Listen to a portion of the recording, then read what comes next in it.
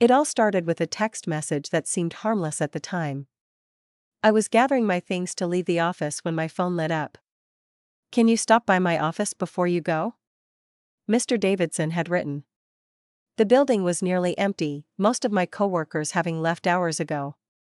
I glanced at his door down the hallway, a thin line of light visible beneath it.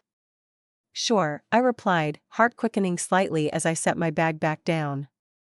We'd been working together for 3 years, but never had he asked to see me alone after hours. As I walked toward his office, my heels echoing in the silent corridor, I noticed my palms were damp. I knocked lightly, heard him say "come in," and pushed the door open to find him standing by the window, holding something I couldn't quite make out in the dim light. The text message came through at 9:47 p.m., just as I was settling into my evening routine. The soft ping from my phone seemed innocent enough, but when I saw my boss David's name flash across the screen, my heart skipped a beat. "Emma, I need you to come to the office tonight. Important matter to discuss. Can you be here by 10:30? I stared at the message, reading it twice to make sure I understood. My name is Emma Hayes, 28 years old, and I've been working at Preston Marketing for 3 years now. Never once had I been called to the office this late. My mind raced with possibilities. Was I in trouble? Was I about to be fired? Had I made some catastrophic mistake on the Harrington account? I glanced at myself in the mirror. I was already in my comfortable pajama pants and oversized college t-shirt, my blonde hair pulled back in a messy bun, makeup long since washed away. This can't be good, I murmured to myself. On my way. Is everything okay? I texted back, trying to keep my tone professional despite the anxiety building in my chest. His response was almost immediate. Nothing to worry about. Just need your input on something time-sensitive. The vagueness didn't ease my concerns, but David had always been a straightforward boss. If he said it wasn't something to worry about, I wanted to believe him. I quickly changed into something more appropriate, black slacks and a navy blouse that I'd worn earlier in the week. Professional enough for an unexpected meeting, but not so formal that it would seem like I was trying too hard. I reapplied some light makeup, just enough to look put together, and let my hair down, running my fingers through it to give it some semblance of style. The drive to the office was surreal. The streets were quiet, the kind of peaceful emptiness that only exists in the late evening hours. Rain had started to fall, creating a gentle patter against my windshield and casting blurry halos around the streetlights. My mind continued to spin with possibilities, each one more concerning than the last. Preston Marketing occupied the top 3 floors of a downtown high-rise. At this hour, the parking garage was nearly empty, my footsteps echoing as I made my way to the elevator. The security guard nodded at me with mild surprise but didn't question my presence. David must have called ahead. As the elevator climbed to the 27th floor, I checked my reflection in the mirrored walls, tucking a strand of hair behind my ear. Why was I so nervous? David had always been fair, even kind. In the 3 years I'd worked under him, he'd never been anything but professional, if a bit distant. Yet something about this late-night summons felt different, charged with an energy I couldn't name. The elevator doors slid open to reveal our darkened reception area. Only the emergency lights illuminated the space, casting long shadows across the familiar landscape of desks and conference rooms. The entire floor seemed to be holding its breath, waiting. "Hello?" I called out, my voice sounding unnaturally loud in the silence. "In my office, Emma," David's voice responded from down the hallway. I made my way toward his corner office, my heels clicking against the hardwood floors. Through the glass walls, I could see that his office was dimly lit, just his desk lamp casting a warm glow over the space. My heart pounded as I approached, hand hesitating for just a moment before I knocked on his door. "Come in," he said. I took a deep breath and turned the handle, completely unprepared for what waited on the other side. Make sure to subscribe to my channel so I can continue bringing you more fascinating true stories like this one, and don't forget to watch this video till the end and like the video because this story is going to be incredibly interesting. Please hit the like button to show your support. I've always been the reliable one, the person who gets things done without drama or fuss.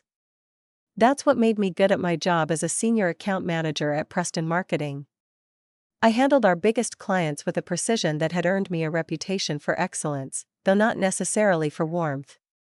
My colleagues respected me but didn't really know me exactly how I preferred it. Growing up in a small town with parents who expected perfection had shaped me into someone who lived by the rules. I graduated top of my class, landed a prestigious internship, and climbed the corporate ladder methodically. My apartment was immaculate, my clothes perfectly pressed, my life organized down to the minute. The only thing missing was someone to share it with. My last relationship had ended 8 months ago when Kevin decided he needed more spontaneity in his life. "You're too predictable, Emma," he'd said as he packed his things. "I always know exactly what you're going to say before you say it." His words had stung more than I cared to admit, perhaps because there was truth in them. Since then, I'd thrown myself even more deeply into my work.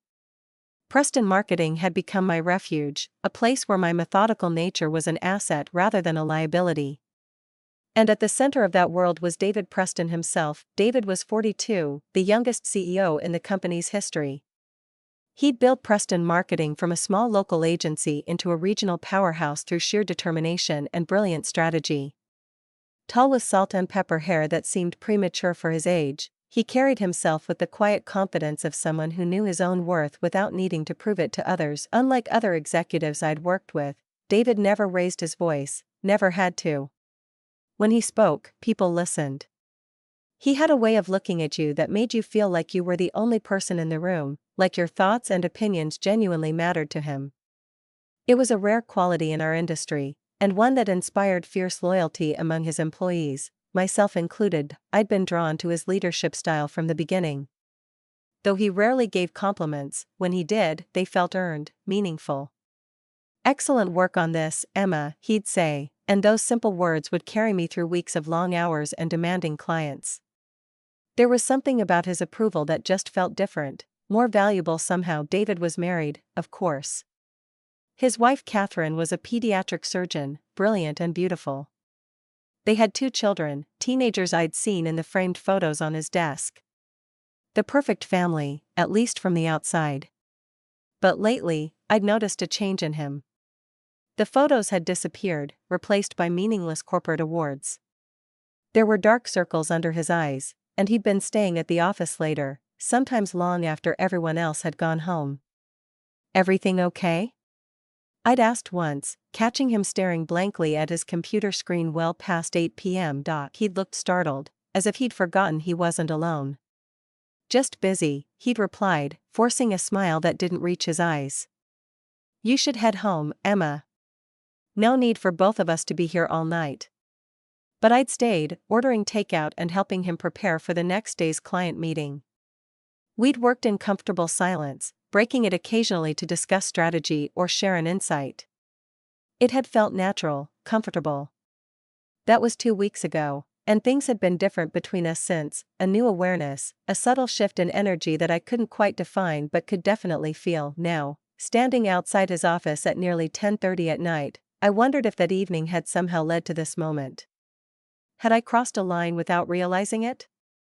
Or was there something else entirely going on, something I couldn't even begin to imagine? Whatever awaited me on the other side of that door, I knew my carefully ordered life was about to change. I just didn't know how. Preston Marketing wasn't just a workplace, it was a carefully balanced ecosystem. On the surface, everything ran with precision, clients were managed, deadlines were met, campaigns were launched. But beneath that professional veneer ran currents of ambition, jealousy, and politics that shaped every interaction. Our office occupied 3 floors of the downtown high-rise. The 25th floor housed the creative team, designers, writers, and videographers who kept unusual hours and dressed like they were perpetually at a hip coffee shop. The 26th floor was account management, my domain, where the dress code was business casual and the atmosphere buzzed with the energy of client calls and strategy sessions. The 27th floor, where I stood now, was executive territory, spacious corner offices, a boardroom with sweeping city views, and of course, David's domain. My position as senior account manager placed me in an interesting middle ground. I wasn't part of the executive team, but I had more access to them than most. The other account managers, Jackson, May, and Taylor, were technically my peers, but everyone knew I handled the most prestigious clients. Teacher's pet, Jackson had once muttered when I was chosen to lead the pitch for Harrington Industries, our biggest potential client to date. The comment had stung, but I'd ignored it. Results spoke louder than office gossip, and when we landed the Harrington account, even Jackson had grudgingly congratulated me. May was different, brilliant and driven. She was the closest thing I had to a friend at work. David clearly trusts you, she'd observed over lunch last month. That's why people talk. They're jealous. There's nothing to be jealous of, I'd replied, picking at my salad. I just put in the hours. May had given me a long look. If you say so, she'd said, her tone suggesting she thought there was more to it. Was there more to it? I'd asked myself that question more frequently in recent weeks. David had been singling me out for special projects, seeking my opinion in meetings, finding reasons for us to work late.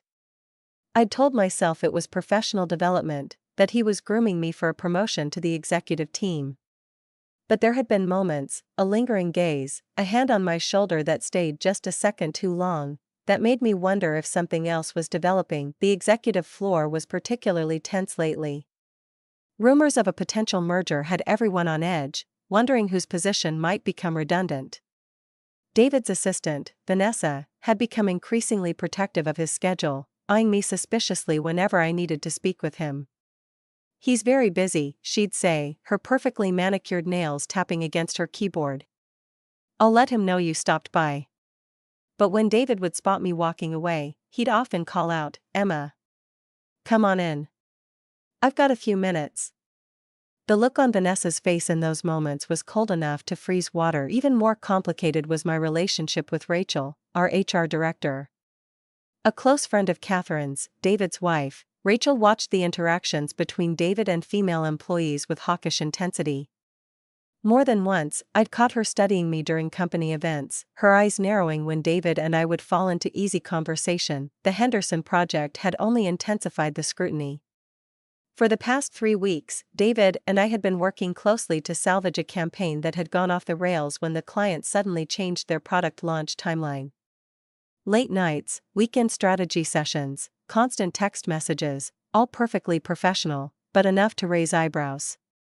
You've been putting in a lot of hours with David, Rachel had commented yesterday, cornering me by the coffee machine. Everything okay with the Henderson account? Just some timeline challenges, I'd replied, keeping my voice neutral. We're making progress. Rachel had nodded slowly. Just remember, Emma, this company has very clear policies about professional boundaries.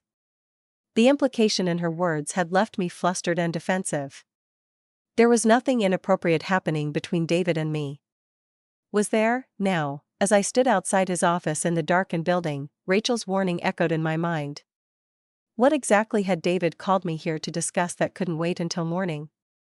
And why did it feel like every step I took toward his door was carrying me further from the safe, predictable life I'd built for myself? I pushed open the heavy door to David's office, my pulse quickening as it swung silently on well-oiled hinges. The space before me was transformed from its daytime efficiency into something more intimate. The overhead lights were off, leaving only his desk lamp to cast a golden glow across the room. Rain pattered against the floor-to-ceiling windows, the city lights beyond blurred into impressionist smudges of color through the water-streaked glass.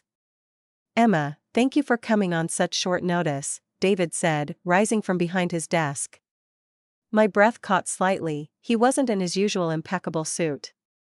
Instead, he wore dark jeans and a charcoal Henley that hugged his athletic frame, sleeves pushed up to reveal tanned forearms. I'd never seen him dressed so casually at the office, and the effect was disarming. Of course, I replied, trying to keep my voice professionally neutral. The Henderson presentation is tomorrow. I assumed that's why you needed me. He smiled, a tired expression that didn't quite reach his eyes. The Henderson presentation is perfect. You've made sure of that. I shifted uncomfortably, suddenly aware that the reason for my late-night summons remained unexplained. Then, please, sit, he gestured toward the seating area in the corner of his office, a sleek leather couch and 2 armchairs arranged around a low table. I hesitated briefly before choosing one of the armchairs, placing my bag neatly beside me. To my surprise, instead of taking the other armchair, David settled onto the couch closest to where I sat. It was then that I noticed 2 wine glasses on the table, alongside an open bottle of red wine. My eyes flickered to them and back to David, a silent question in my gaze. "I hope you don't mind," he said, following my glance. "I thought we could both use a moment to decompress. The last few weeks have been intense." Warning bells rang faintly in my head, but I quieted them. This was David Preston, my boss, a man I respected. There had to be a legitimate reason for this unusual meeting. Still, I couldn't ignore the subtle shift in atmosphere, the way the air between us seemed charged with something unfamiliar. "Is everything all right?" I asked, trying to steer us back to safer ground. "With the company, I mean." David sighed deeply, running a hand through his salt and pepper hair. The gesture was surprisingly vulnerable, at odds with his usual composed demeanor. "The company is fine. Better than fine, thanks in no small part to your work." He leaned forward to pour wine into both glasses, then offered one to me. Our fingers brushed as I accepted it, a fleeting contact that shouldn't have registered but somehow did, sending a small jolt through me that I tried desperately to ignore. "Then why am I here?" I asked, my voice softer than I intended. David didn't answer immediately. Instead, he leaned back against the couch, swirling the wine in his glass as he studied me with an intensity that made me feel both exposed and elevated. The silence stretched between us, filled only by the gentle rhythm of rain against glass and the distant hum of the building's HVAC system. "Emma," he finally said, my name sounding different somehow in the quiet of the darkened office. "Have you ever reached a point in your life where you've done everything right, followed every rule, achieved every goal you set for yourself, and still found yourself empty?" The question caught me off guard. This wasn't a business conversation, this was something personal, something that crossed the carefully maintained boundary between our professional relationship and something else entirely. I should have deflected, should have guided us back to safer topics. Instead, I found myself nodding, the truth of his words resonating too deeply to deny. "Every day," I whispered, and took a sip of wine to steady myself. The admission hung between us, changing the texture of the air. I hadn't meant to be so honest, hadn't intended to reveal that crack in my carefully constructed facade. Yet something about the dim light, the rain-washed windows, and David's unexpected vulnerability had loosened the tight control I normally maintained over my words. "I thought it was just me," David said, his voice low and intimate. He leaned forward, elbows on his knees, wine glass dangling from his fingers. "You always seem so certain. Like you know exactly where you're going." I laughed softly, the sound slightly bitter even to my own ears. "That's the goal, isn't it? To seem like I have it all figured out." "And do you? Have it all figured out?" I took another sip of wine, feeling its warmth spread through me. "About as much as you do, apparently." His smile in response felt genuine, the first real one I'd seen from him in weeks. It transformed his face, softening the lines of stress around his eyes, making him look younger, more approachable. "Not my boss in this moment, but simply a man. You know," he said, "in all the time we've worked together, this might be the first honest conversation we've had." He gestured between us with his free hand. "No pretense, no professional masks. We're still at the office," I pointed out, trying to re-establish some boundary, even as I felt it slipping away. "True. But it doesn't feel like it tonight, does it?" He was right.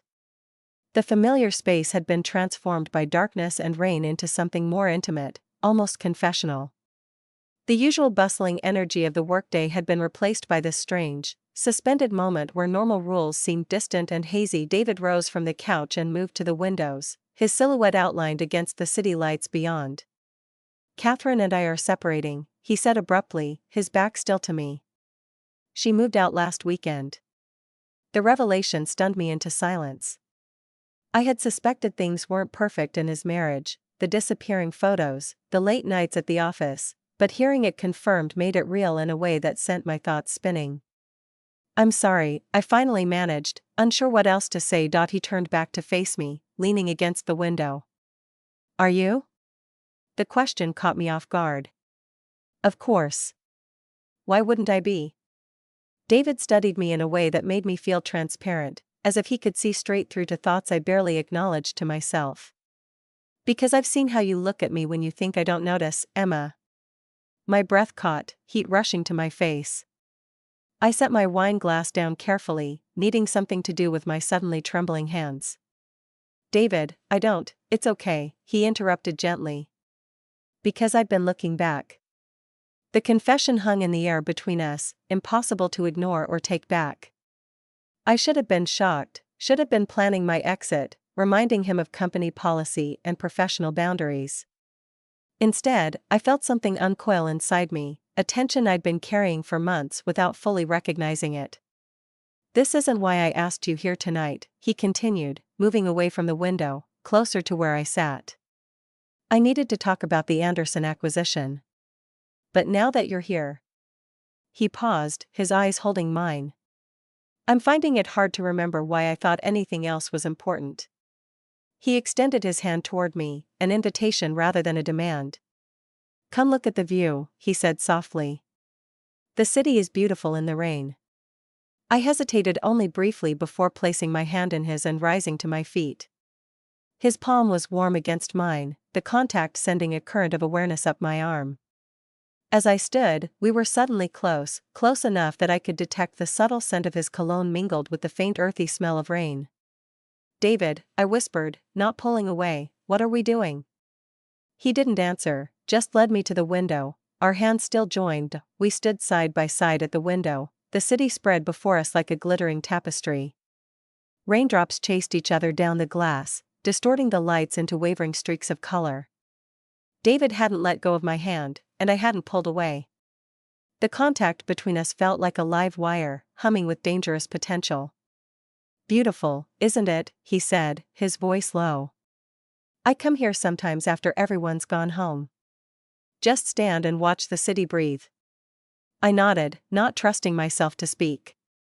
My heart was racing, and I knew I should step away, create distance, remind us both of the professional relationship we were supposed to maintain.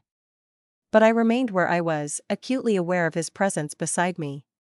Do you know why I really asked you here tonight, Emma? David asked, finally turning to face me. His expression was hard to read in the dim light, but his eyes seemed to search mine for something. The Anderson acquisition, I said automatically, clinging to the professional explanation he'd mentioned earlier. The small smile played at the corners of his mouth. That's what I told myself. A convenient excuse. He reached up slowly, giving me time to move away, and tucked a strand of hair behind my ear. His fingers lingered, tracing the curve of my jaw. But I think we both know that's not the whole truth. I should have stepped back. I should have reminded him of the company's strict policy against workplace relationships. I should have thought about Rachel in HR, about the whispers that would follow if anyone found out. Instead, I found myself leaning slightly into his touch, my eyes fluttering closed for just a moment. We can't do this, I whispered, even as everything inside me yearned toward him. Can't? Or shouldn't? David's voice was gentle, but there was an undercurrent of something more intense. His hand moved to cup my cheek. There's a difference, Emma. I opened my eyes to find him watching me with a hunger that took my breath away. The professional mask had slipped entirely, revealing a desire that mirrored my own, one I'd been denying for months. I've been fighting this for so long, he continued. Telling myself it was inappropriate, unprofessional. That I was imagining the connection between us. But I wasn't, was I? The question hung in the air, demanding an honesty I wasn't sure I was brave enough to give. But standing there in the darkness, the city lights are only witnesses, the truth slipped out. No, I admitted. You weren't imagining it. He moved closer, close enough that I could feel the warmth radiating from his body. If you want me to stop, tell me now, he said, his voice rough with restraint. We can go back to our professional relationship. We can pretend this night never happened. It was the escape I needed, the chance to retreat to safety. But the thought of returning to the careful distance we'd maintained, pretending I didn't feel this pull between us, suddenly seemed impossible. More than that, it seemed like a kind of death, a surrender to the predictable, rule-bound life that had left me feeling empty. "I don't want you to stop," I said, the words barely audible. David's eyes darkened. He closed the remaining distance between us, one hand sliding into my hair while the other moved to the small of my back, drawing me against him. For one breathless moment he paused, his face inches from mine, giving me one last chance to pull away. I didn't take it. His lips met mine with a hunger that matched my own, a desire that had been building for months finally finding release. I melted into him, my hands clutching at his shoulders, anchoring myself as everything I thought I knew about myself and my life tilted on its axis. The kiss deepened, his tongue exploring my mouth as his hands pulled me tighter against him. I could feel the solid warmth of his chest, the surprising strength in his arms. This was nothing like the careful, controlled interactions we'd had before. This was raw and real and overwhelming. When we finally broke apart, both breathing hard, David rested his forehead against mine. "I've wanted to do that since the day you challenged my strategy in the Harrington meeting," he confessed, a smile in his voice. "That was almost 2 years ago," I said, surprised. "I know."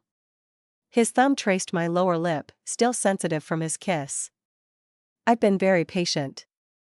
I laughed softly, the sound tinged with wonder at how quickly everything had changed. But as the initial rush began to fade, reality started to creep back in. "David," I said, my voice steadier now, "what happens next?" He didn't pretend to misunderstand. "Whatever we want to happen," he said, his hand still holding me close. "But not here. Not tonight. This is too important to rush." Relief and disappointment warred within me. Part of me had already imagined where this might lead, the couch just feet away, the desk where we'd spent so many professional hours. But the other part, the part that had always played by the rules, was grateful for his restraint. "Come to dinner with me tomorrow," he said. "Somewhere away from all this. Somewhere we can talk properly." "People will see us," I warned. "I don't care," he replied simply. "Do you?" It was a question that required more thought than I could give it in this moment, with the taste of him still on my lips and my body still humming from his touch. But one thing was clear, there was no going back to before. "No," I said finally. "I don't care." His smile was like sunrise breaking through clouds. "Then it's settled." He kissed me once more, gently this time, a promise rather than a demand. "Tomorrow." As he stepped back, putting professional distance between us once more, I realized that walking through his office door tonight had changed everything. Whatever happened next, nothing would ever be the same again, and strangely, that thought didn't frighten me at all. I barely slept that night. Every time I closed my eyes, I relived that moment by the window, David's lips on mine, his hands drawing me closer, the way everything had shifted in an instant. But with the light of day came doubts that had been easy to ignore in the darkness of his office. What was I doing? David was my boss, the CEO of the company, a man who held my career in his hands. Even if his marriage was over, even if the attraction between us was mutual, this was dangerous territory. I'd spent years building my professional reputation. Was I really willing to risk it all for a man who, until last night, had just been my boss? I stood in the shower, letting hot water cascade over me as I tried to think clearly. The smart thing would be to call it off, to tell David we'd made a mistake. We could blame it on the wine, the late hour, the emotional vulnerability of his revelation about his marriage. We could go back to being what we'd always been, colleagues who worked well together, nothing more. But even as I assembled all these sensible arguments in my head, my body remembered his touch, the taste of his lips, the way he'd said my name. I'd never wanted anyone the way I wanted him, never felt so completely seen by another person.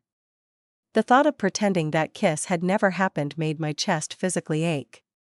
"This is insane," I told my reflection as I applied makeup with less than steady hands. "You can't do this." But I was already choosing my outfit with more care than usual, selecting a deep blue dress that I knew brought out my eyes, a delicate gold necklace that drew attention to my collarbone. These weren't choices for a woman who intended to call things off. The office was its usual bustling chaos when I arrived, the creative team arguing over the latest mock-ups for a sportswear brand, account managers on calls with clients, interns rushing between departments with coffee orders and printouts. No one seemed to notice anything different about me, even though I felt like I must be radiating the memory of last night from every pore. I made it to my desk without incident, trying to focus on the day's tasks. The Henderson presentation was in 2 hours, and I needed to review my notes one last time.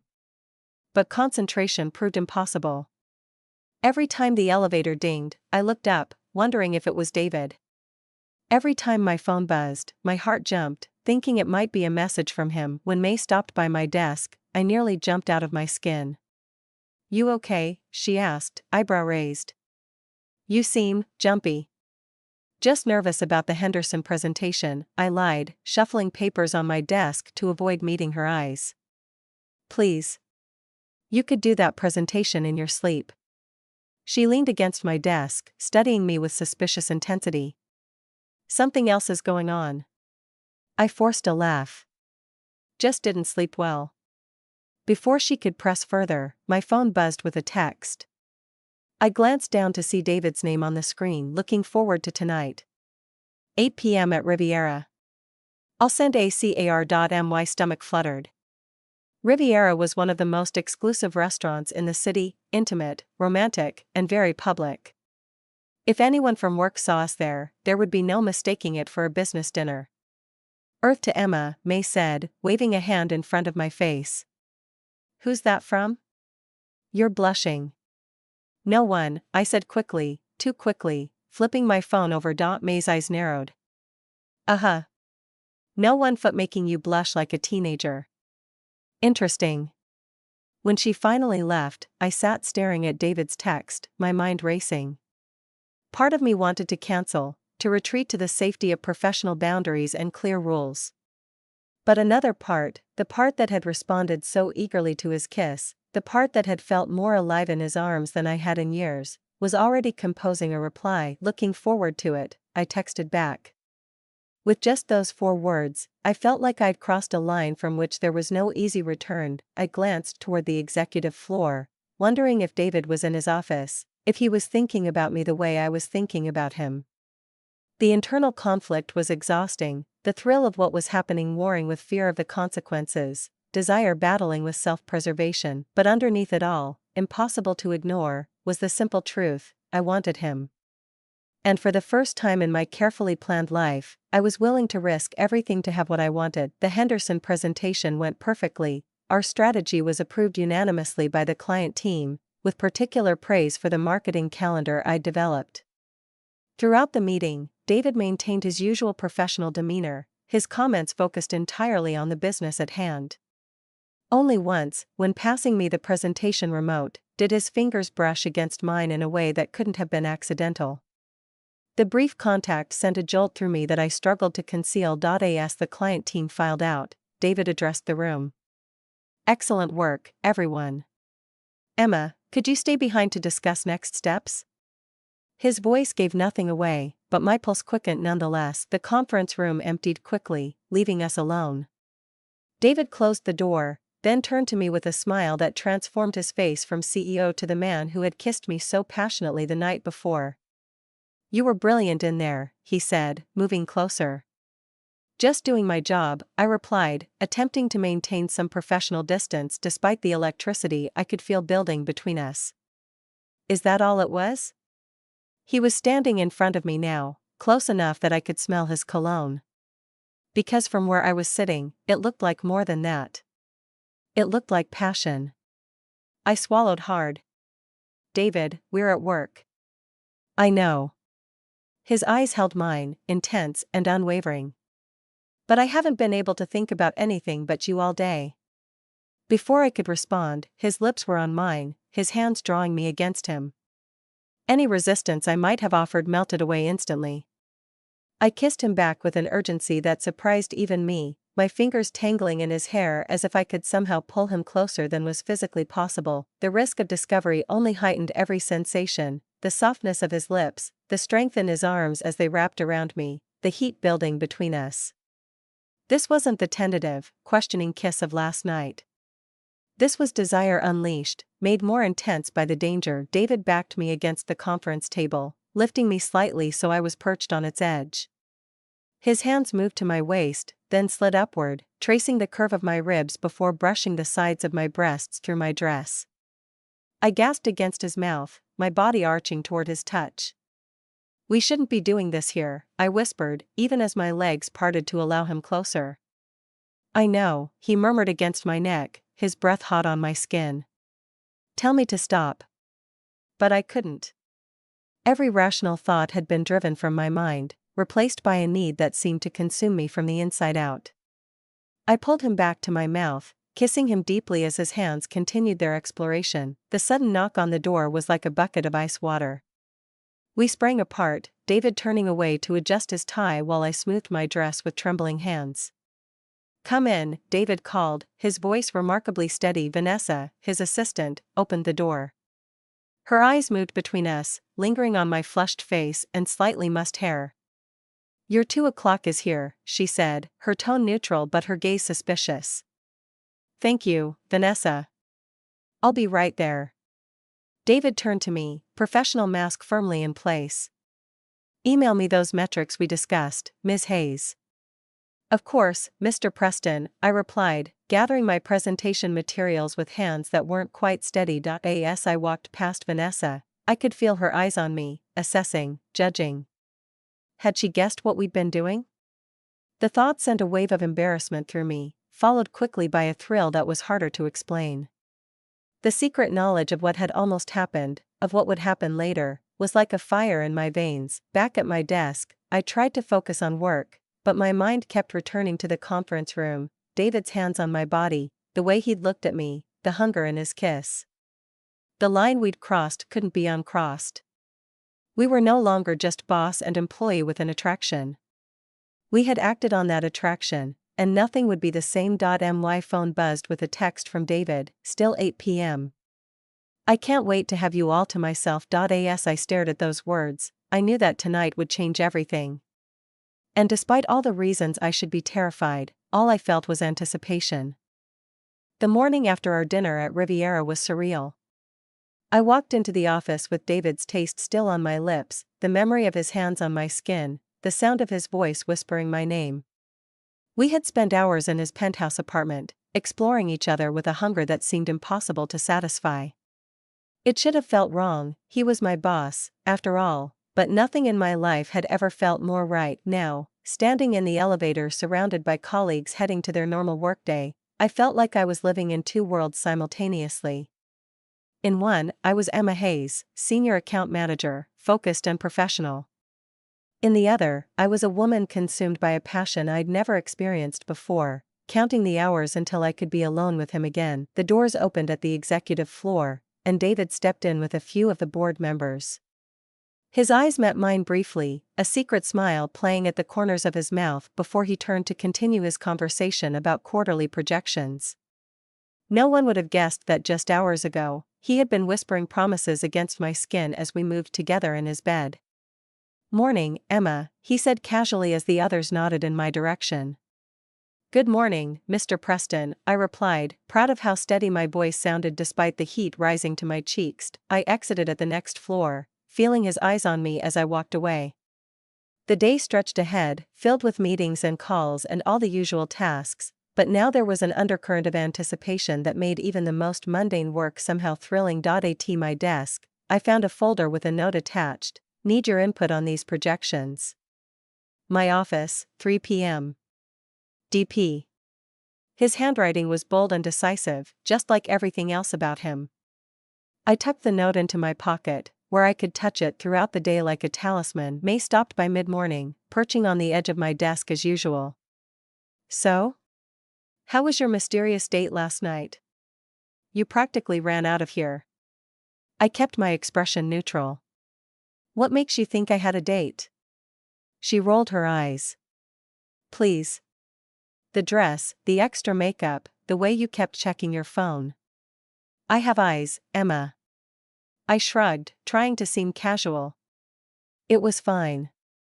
Nothing special." "Uh-huh. Her tone made it clear she didn't believe me. That's why you're glowing like you swallowed the sun. Was I? I hadn't noticed, but now that she mentioned it, I did feel different, lighter somehow, as if gravity had slightly loosened its hold on me. Just had a good night's sleep, I lied. Right. Sleep. May winked. Well, whoever he is, he's good for you. I haven't seen you smile this much in, ever, actually. After she left, I wondered what May would say if she knew the truth. Would she be shocked? Disappointed? Or would she understand how something that looked so wrong on paper could feel so undeniably right? At 2:58, I gathered the projection folder and headed to David's office, my heart racing with anticipation. Vanessa glanced up as I approached, her expression unreadable. He's expecting me, I said, trying to sound purely professional. She nodded. Go ahead. David was on a call when I entered, but he gestured for me to sit. I closed the door behind me and took a seat across from his desk, watching as he wrapped up what sounded like a contentious negotiation. In his CEO role, he was commanding, authoritative, so different from the tender, passionate man who had held me through the night. When he hung up, his entire demeanor changed. The mask dropped, and suddenly he was my David again, eyes softening as they took me in. Hi, he said simply, his voice warm. Hi. He moved from behind his desk to sit in the chair beside mine, close enough that our knees almost touched. I've been thinking about you all day. Me too, I admitted. It's hard to focus. I know. He glanced at the closed door, then back to me. But we need to be careful here. Vanessa suspects something. I nodded, remembering the way his assistant had looked at me. What do we do? David reached for my hand, his thumb tracing circles on my palm. We compartmentalize. At work, we're professional, no lingering looks, no private meetings unless absolutely necessary. Outside. His grip tightened. Outside, you're mine. The possessive note in his voice sent a shiver through me. And when do I get to see you outside? His smile was slow and full of promise. Tonight. Tomorrow. Every night you'll let me. It was reckless, this arrangement. If anyone discovered the truth, the consequences would be severe, for both of us, but especially for me. Office gossip, professional reputations, future career prospects, all were at risk. The sensible thing would be to end it now, before we were in too deep. But as David leaned forward to brush his lips against mine in a stolen office kiss, I knew it was already too late for sensible decisions.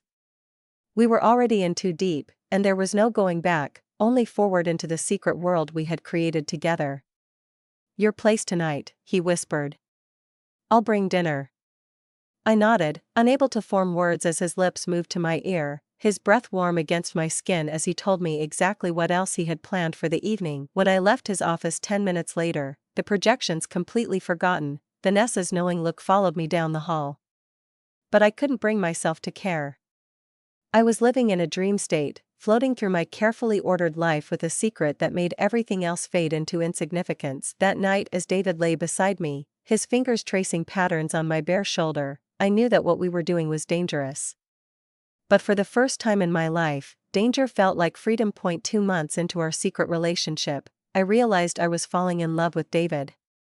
It wasn't just the physical connection, though that remained as intense as ever. It was the way he'd call me late at night just to hear my voice, the coffee he'd have waiting on my desk some mornings with no note or explanation needed, the way he listened when I spoke as if my thoughts were precious gifts. We had settled into a rhythm that somehow worked, despite all the reasons it shouldn't. At the office, we maintained a careful professional distance, our interactions cordial but never crossing any visible lines. No one would have guessed that most nights we fell asleep in each other's arms, sharing dreams and fears and everything in between. David had begun to open up about his marriage, how it had crumbled slowly, two people growing apart until they were essentially strangers living parallel lives. I was lonely even when we were in the same room, he confessed one night, his head resting on my chest. I didn't realize how lonely until I met you. These quiet moments of vulnerability touched me more deeply than the passion. David Preston, the confident CEO who commanded every room he entered, allowing me to see his doubts, his regrets, his hopes. It felt like a privilege I hadn't earned but desperately wanted to deserve. One evening, as we sat on my balcony, sharing wine and watching the sunset paint the sky in shades of pink and gold, David turned to me with unexpected seriousness. "Emma, there's something I need to tell you." My heart stuttered, anxiety immediately flooding my system. This was it, I thought, the moment he would end things, tell me it had been fun but it was time to move on. I braced myself, forcing a calm expression. "I've been offered a position in London. The board wants me to head our European expansion." This was worse than I'd imagined. Not just ending our relationship, but leaving the country entirely. I struggled to breathe, to think. "When?" I managed to ask, my voice barely above a whisper. 3 months from now. It's a 2-year commitment, minimum." The silence stretched between us as I processed this, tried to imagine my life without him in it. The thought was surprisingly painful, as if someone had reached inside my chest and squeezed. "I turned it down," he said quietly. My head snapped up. "What?" "David, that's a huge opportunity. You can't just." "I turned it down because I can't imagine being away from you." His eyes held mine, intense and serious. "I'm in love with you, Emma. I think I have been since that first kiss in my office." The words hung in the air between us, momentous and terrifying and wonderful. No one had ever given up something so significant for me before. The knowledge that he valued what we had built together more than his career ambitions shifted something inside me, broke down a wall I hadn't realized I'd been maintaining. "I love you too," I said, the words flowing naturally, inevitably. His smile was radiant as he pulled me into his arms. "Then we'll figure this out together." That night, something changed between us. The secrecy that had felt exciting now felt constricting. I wanted to walk beside him in public, to claim him openly as mine, to stop living this double life. "What if we went public?" I whispered as we lay in bed later. "What if we stopped hiding?" David propped himself up on one elbow, studying my face in the dim light. "Are you sure? There would be consequences. Office gossip, maybe worse." I nodded slowly. "I'm tired of sneaking around. I want a real relationship, not just stolen moments." He kissed me softly. "Then that's what we'll do. I'll talk to HR on Monday, disclose the relationship officially. We'll face whatever comes together." As I drifted off to sleep in his arms, I felt a sense of peace I hadn't experienced since our relationship began. Finally, we could stop hiding, stop pretending. Finally, what we had could exist in the light. I had no idea how difficult that light would be to face. The plan to go public with our relationship was set. David would speak to HR on Monday, I would tell May and my team on Tuesday, and by Wednesday, we would no longer need to hide. We spent the weekend in a bubble of anticipation, making plans and dreaming of a future where we could simply be together without the exhausting web of lies. Monday morning arrived, and I walked into the office with a nervous energy I couldn't quite contain. Today was the day everything would change. I sat at my desk, trying to focus on work while waiting for David to let me know he'd spoken with Rachel in HR. Around 11 a.m., my phone buzzed with a text from him, "Meeting running long. We'll take care of HR after lunch. Can't wait to start our real life together." I smiled, tucking my phone away just as Jackson approached my desk. "Team lunch at Moretti's," he announced. "Client just approved the campaign budget, we're celebrating. You in?" I nodded, grateful for the distraction. Sure, I could eat. Lunch with the team was a welcome diversion, jokes and shop talk and excited discussion about the newly approved campaign. I was laughing at one of Taylor's stories when I glanced toward the restaurant entrance and froze. David had just walked in, and he wasn't alone. Catherine, his wife, estranged wife, I reminded myself, was with him, her hand resting on his arm as they followed the hostess to a table. "Emma? You okay?" May asked, noticing my sudden silence. "Fine," I said automatically, my eyes still locked on David and Catherine. They were seated now, heads bent close in conversation.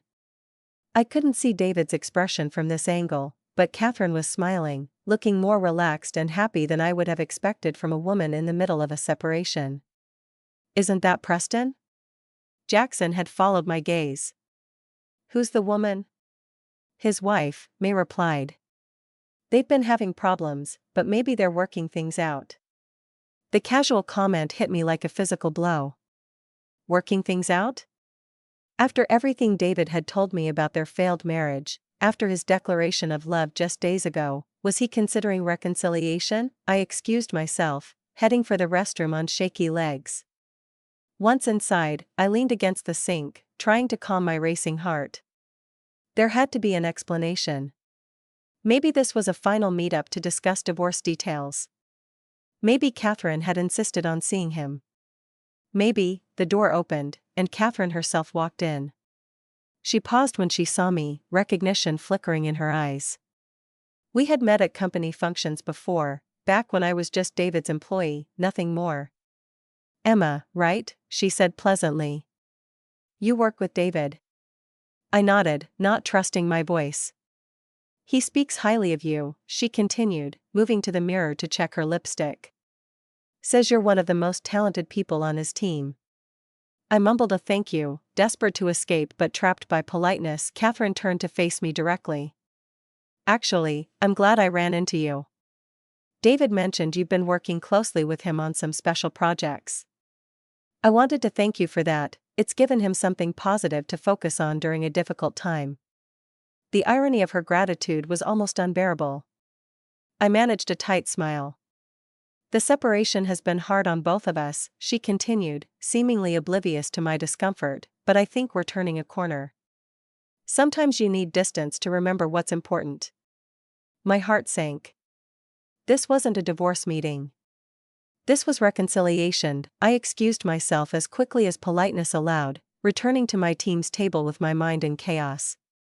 Through the rest of lunch, I couldn't stop myself from glancing at David and Catherine, noticing the easy familiarity between them, the way she touched his hand occasionally, the way he leaned in to hear her better. Back at the office, I waited for a text, a call, any explanation. Nothing came. At 5:30, I was packing up to leave when David appeared at my desk. My heart jumped. Finally, an explanation. Got a minute? He asked, professionally neutral. I followed him to an empty conference room, closing the door behind us. You saw me at lunch, he said without preamble. With Catherine. Yes. It's not what you think. She seems to think you're reconciling, I said, fighting to keep my voice steady. David ran a hand through his hair. She wants to try again. I told her I needed time to think. The words landed like a blow. Time to think? After everything you said to me? Emma, it's complicated. We have history, children, and did you tell HR about us today? I interrupted, already knowing the answer. His silence was confirmation enough. I see, I said, a strange calm settling over me. So much for starting our real life together. The week after seeing David with Catherine was excruciating. He kept trying to explain, to assure me that he wasn't considering reconciliation, that he just needed time to handle the situation delicately. I wanted to believe him, but doubt had taken root, growing stronger with each passing day. She surprised me with that lunch, he insisted during a stolen moment in his office. I didn't know she was planning to suggest we try again. And what did you tell her? I asked, keeping my distance despite his attempts to draw me closer. That I needed time to think, but that I didn't see how we could go back. But you didn't tell her about me. It wasn't a question. David sighed, running a hand through his hair, a gesture I once found endearing but now saw as a sign of his uncertainty. No, I didn't. It would only hurt her unnecessarily. And what about hurting me? The words escaped before I could stop them. More vulnerable than I wanted to be. His expression softened. Emma, please. I'm trying to handle this properly. Give me a little time.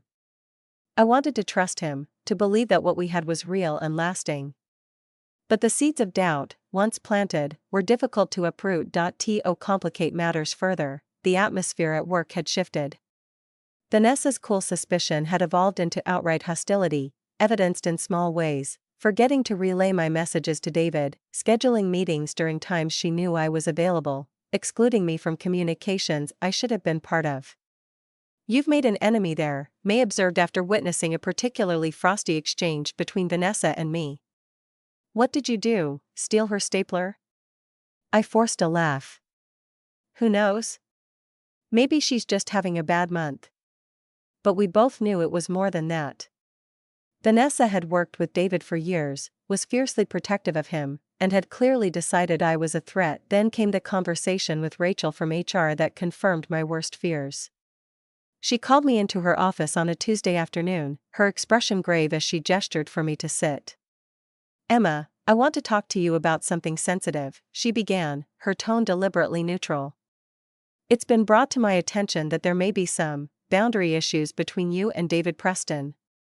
My stomach dropped. "Boundary issues?" Rachel's gaze was steady. "There have been concerns raised about the nature of your professional relationship. Late-night meetings, unusual levels of communication, certain behaviors that might suggest more than a standard employer-employee dynamic." "Who raised these concerns?" I asked, though I already knew. "That's confidential," Rachel replied smoothly. "I'm not here to make accusations, just to remind you of our company policies regarding relationships between managers and their reports." She slid a copy of the policy across the desk to me. The key section was highlighted: "All romantic or sexual relationships between managers and their direct or indirect reports must be disclosed to Human Resources immediately." "I'm sure there's nothing to discuss," Rachel continued, watching me closely, "but I wanted to make the policy clear. Undisclosed relationships represent a significant conflict of interest and can lead to termination for both parties." The threat was thinly veiled but unmistakable. Someone, Vanessa, most likely, had reported suspicions about David and me, and now HR was watching. "Thank you for clarifying," I said, standing to leave. "But there's nothing to disclose." The lie felt bitter on my tongue, but what choice did I have? David hadn't been ready to go public, and now it seemed the decision might be forced upon us. I texted him immediately, "We need to talk." "HR knows," his response came quickly, "my office." 5 p.m. The hours crawled by, each minute stretching endlessly as I contemplated the increasingly precarious position we were in. By the time 5 p.m. arrived, I had cycled through anger, fear, and a strange resignation. Whatever happened in David's office would determine not just our relationship, but my entire career. When I entered, David was standing by the window, silhouetted against the setting sun, his posture tense. He turned as I closed the door, his expression grave. "Rachel called me in too," he said without preamble. "Vanessa went to her with concerns." "What did you tell her?" "The truth." He moved closer, taking my hands in his. "That we have feelings for each other but haven't acted on them." Another lie. I pulled my hands away. "So what now?" "We need to be more careful," he said. "Just for a little while, until things settle down with Catherine and the timing is right." The words hit me like ice water. More secrecy. More waiting. More being the hidden woman while he figured things out with his wife. "Emma," he said, reaching for me again, "I love you. You know that. This is just temporary." I stepped back, suddenly seeing everything with painful clarity. The secret meetings, the compartmentalization, the constant promises that someday things would be different. It was a pattern, not a temporary situation. "I think," I said slowly, finding strength I didn't know I had, "that I deserve more than being your secret." "Emma, please." David's voice cracked slightly as he reached for me again. "You know it's not that simple." "It could be," I said, standing my ground. "If you really wanted it to be." We stood in silence, the setting sun casting long shadows across his office. Outside, the regular rhythms of the workday continued, phones ringing, distant conversations, the hum of printers, while inside, something was breaking apart. "I need to think about my kids," he said finally. "If Catherine and I can find a way forward, even just as co-parents, stop." The word came out sharper than I intended. Just stop. This isn't about your kids. This is about you not being willing to choose. His jaw tightened. That's not fair. Isn't it? I could feel myself trembling, months of hidden emotions suddenly bubbling to the surface.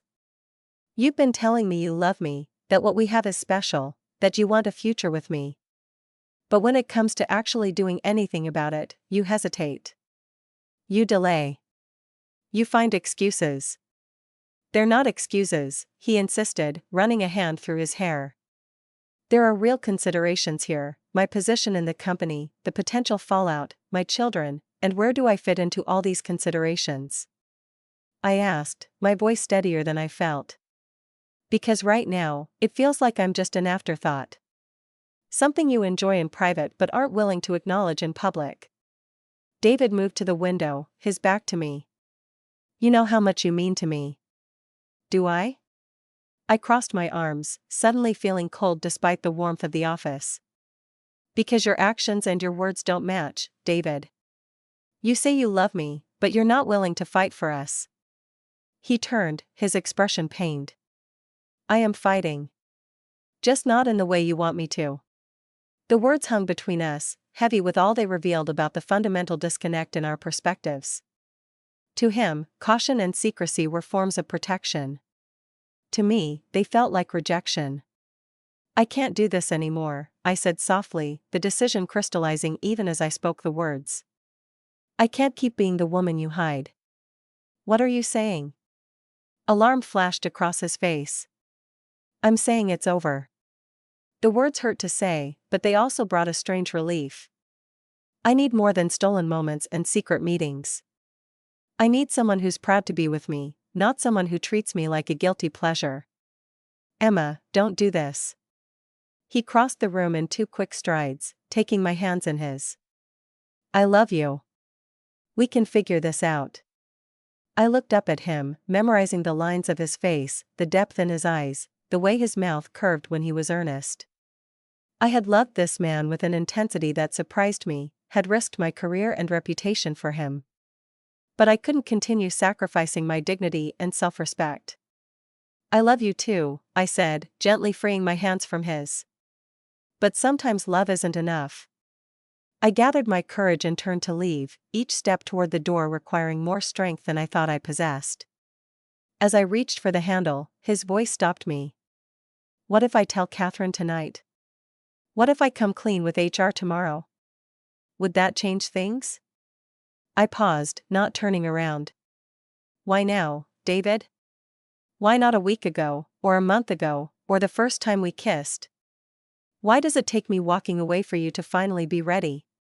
He had no answer, and that itself was answer enough. Goodbye, David. Walking out of his office felt like leaving a part of myself behind. I moved through the now empty halls on autopilot, grateful that most of the staff had already gone home. I didn't want anyone to see the tears I could no longer hold back. As I reached the elevator, my phone buzzed with a text from him. Please, Emma. Don't end this. I'll do whatever you want. Too little, too late. I thought but didn't write. Instead, I turned off my phone and rode the elevator down in silence, wondering how something that had felt so right could end up causing so much pain. I called in sick the next day, unable to face the thought of seeing David or pretending everything was normal. I needed space to process what had happened, to begin the difficult work of extracting him from my heart. But the universe had other plans. My doorbell rang at 10 a.m. Assuming it was a package delivery, I opened it without checking the peephole, a mistake I regretted immediately. Catherine Preston stood in my hallway, elegant in a cream-colored suit, her expression a carefully controlled mask of politeness. Hello, Emma, she said, her voice deceptively calm. I think we need to talk. My mind went blank with panic. How had she found my address? What did she know? I tried to compose myself, grasping for any semblance of normalcy. Catherine. This is unexpected. May I come in? She didn't wait for an answer, stepping past me into my apartment. Her gaze swept over the space, taking in the half-empty wine glass from the night before, the throw blanket rumpled on the couch, the framed photos on my shelves. I watched her, frozen between terror and resignation. You have a lovely home, she said, but her eyes had stopped on something specific. I followed her gaze to my coffee table, where David's cufflinks lay gleaming in the morning light. He had removed them 3 nights ago and forgotten them. A small, damning detail. How long? Catherine asked, turning to face me. How long have you been sleeping with my husband? The direct question, stripped of any pretense, demanded an equally direct answer. 3 months, I said quietly. But it's over now. She laughed, a short, bitter sound. 3 months. While he was telling me he needed space to think about our marriage. While he was having dinner with me and discussing reconciliation. Each word hit like a physical blow. He was discussing reconciliation with you? As recently as last week, she confirmed, watching my reaction closely. He said he thought we could try again, for the kids' sake. The room seemed to tilt slightly. Even after everything, even after our confrontation yesterday, I hadn't imagined David would continue to lie so completely. I didn't know, I said, my voice barely above a whisper. No, I don't suppose you did. Catherine's expression softened fractionally. He's very good at telling people what they want to hear. I should know, I'd been married to him for 17 years. She crossed to the window, gazing out at the city below. You know what's ironic? I actually came here thinking you were the villain in this story. The young employee seducing my husband during our rough patch. She turned back to me. But seeing your face just now, I think we've both been played. I sank onto the couch, suddenly exhausted. How did you find out? About us, I mean. Anonymous email. Someone sent me photos of you two at Riviera, looking very much not like boss and employee. They also helpfully included your home address. Vanessa, I said immediately, the pieces falling into place. Catherine nodded. David's assistant. Always had a thing for him, though he never noticed. Or pretended not to. We sat in uncomfortable silence, 2 women connected by their love for the same duplicitous man. Finally, Catherine spoke again. I came here ready to confront the woman who was trying to steal my husband. But now I'm wondering if we should both just let her have him. The unexpected solidarity in her words loosened something in my chest. I ended it yesterday, I said. For what it's worth. Good for you. She straightened her shoulders, smoothing her already perfect hair. I'll be doing the same, as soon as I leave here. Catherine picked up her purse, moving toward the door with the dignified grace I had always associated with her. But she paused with her hand on the knob. You know, the worst part isn't the affair, she said softly. It's the lying. The way he made both of us feel like we were special, like we were the only one who really understood him. She glanced back at me. Don't let him do that to you again. After she left, I sat motionless on my couch, trying to process the surreal encounter. My phone buzzed with a text from David. Where are you? We need to talk. For the first time, I saw his words for what they truly were, not love, not commitment, but manipulation. I deleted the message without responding. An hour later, May called. You need to come in, she said, her voice tense. All hell has broken loose here. I walked into Preston Marketing for what I knew would be the last time. The office was unnaturally quiet, conversation stopping as I passed through, all eyes following me with a mix of curiosity and pity. Clearly, news traveled fast. May intercepted me before I could reach my desk, pulling me into an empty conference room. What the hell is going on? She demanded. Rachel from HR is looking for you. Vanessa is smugger than a cat with cream, and David's office has been locked all morning with the blinds drawn. It's a long story, I sighed, suddenly exhausted by the weight of it all. I've got time, May said, crossing her arms.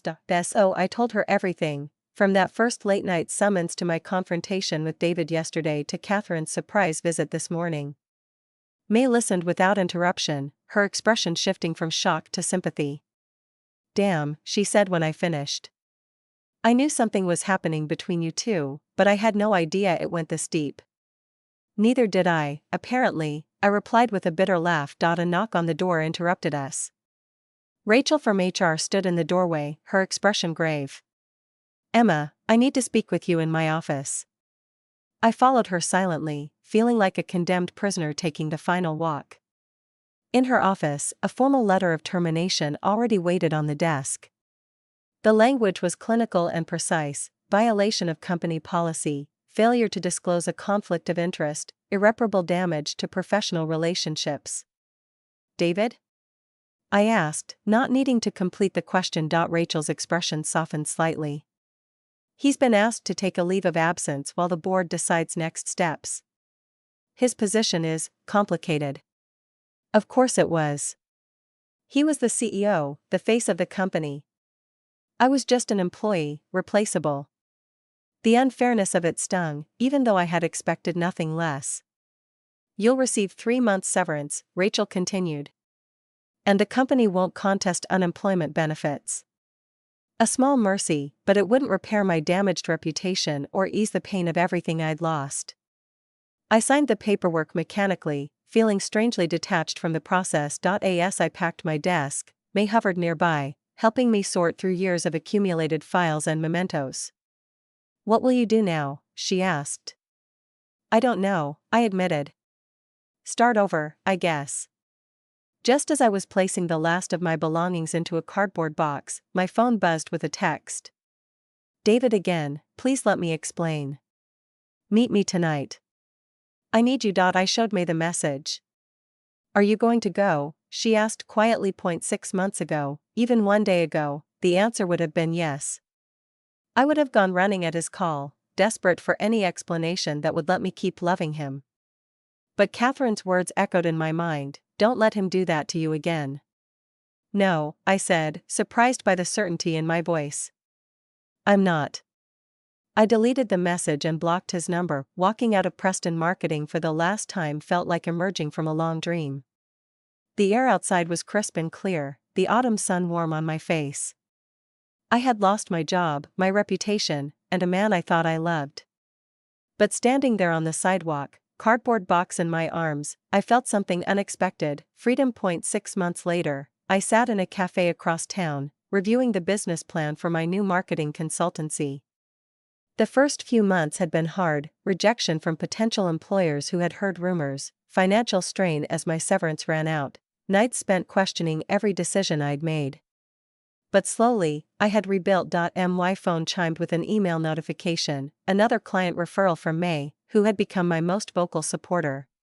She had eventually left Preston Marketing too, unwilling to stay in what she called a toxic environment. We now collaborated regularly, forming a partnership that played to both our strengths. I'd heard through industry gossip that David and Catherine had finalized their divorce, that he had taken a position with a competitor after the board forced him out, that Vanessa had followed him there. None of it mattered to me anymore. The affair that had once consumed my every thought now seemed like a chapter from someone else's story, painful, yes, but also instructive. I had learned my worth, my boundaries, my capacity for both love and self-respect. I had discovered that sometimes walking away, however difficult, is the most powerful choice you can make. As I closed my laptop and gathered my things, I caught a glimpse of my reflection in the cafe window. I looked different now, stronger, more confident, my eyes clearer than they had been in years. I smiled at my reflection, remembering how far I had come. The woman who had walked into David's office that night, desperate for approval and afraid to break rules, was gone. In her place stood someone who understood that true freedom comes not from breaking rules for someone else, but from writing your own.